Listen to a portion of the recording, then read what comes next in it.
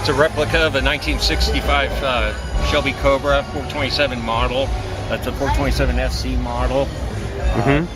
It used to be street legal. I've owned the car for about 15 years. The car's 23 years old, but I've been racing it on the track now for the last 7 years. So that's why it has not street legal tires on it. Little features like this, I keep track of how many heat cycles I put the tires through. That way I know how when the tires start falling off. Right now, with this engine, let's check the engine for a moment. Engine dynoed at 488 horsepower on the crank. With the setup I've got right now, it dynos at 405 horsepower on the rear tires. So 480 horsepower. Yeah. Amazing on such a small car. What is the weight of the car? About 2,500 pounds. So it weighs about the same as a Volkswagen. So unbelievable. Only much more horsepower, I would say. A lot more horsepower. It's got a top loader transmission in it, which is only a 4-speed. It right now calculated it'll do 155. Fastest I've got is about 140 in it. Of course on the track, not on the street. Yeah, don't. That'll be valuable.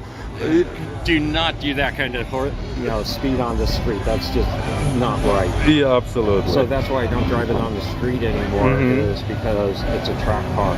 On a track, what would be from 0 to 60? What are you getting? That's a very good question. To me, it's not 0 to 60. To me, it's 60 to 100. And this thing, when it's in third gear, doing over 100 miles an hour, tacking about 6,000 RPM, it's just as sweet as can be. I've even had it go a little sideways on me at 100 miles an hour just because there's so much power.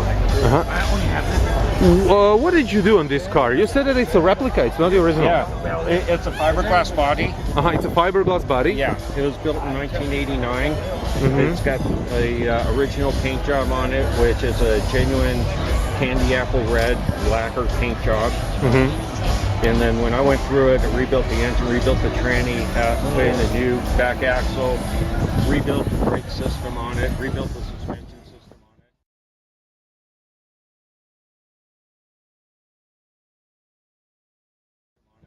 on it.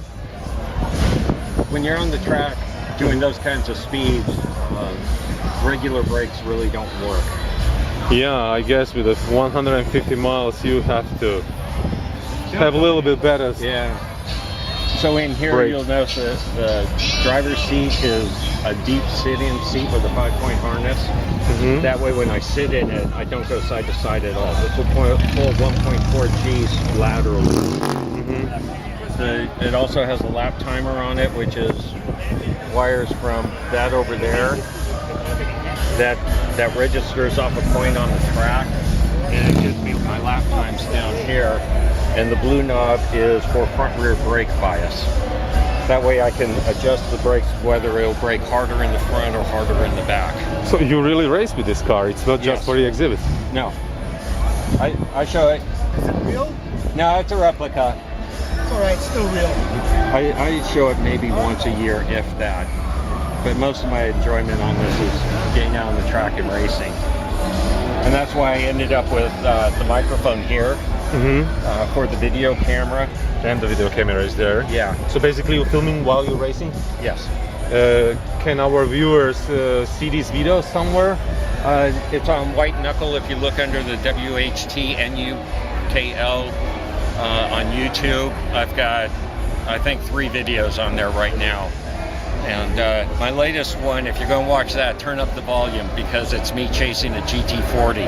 And the guy has Weber exhaust on it. And the sound, me personally, I like the sound. There is nothing like the sound of blown open side pipes or a good Weber exhaust. And we were going at it. And having us tacking some pretty high revs down the straight, it just sounds beautiful. So I guess that we're expecting for more videos from you racing this car. Put them online and let us enjoy it.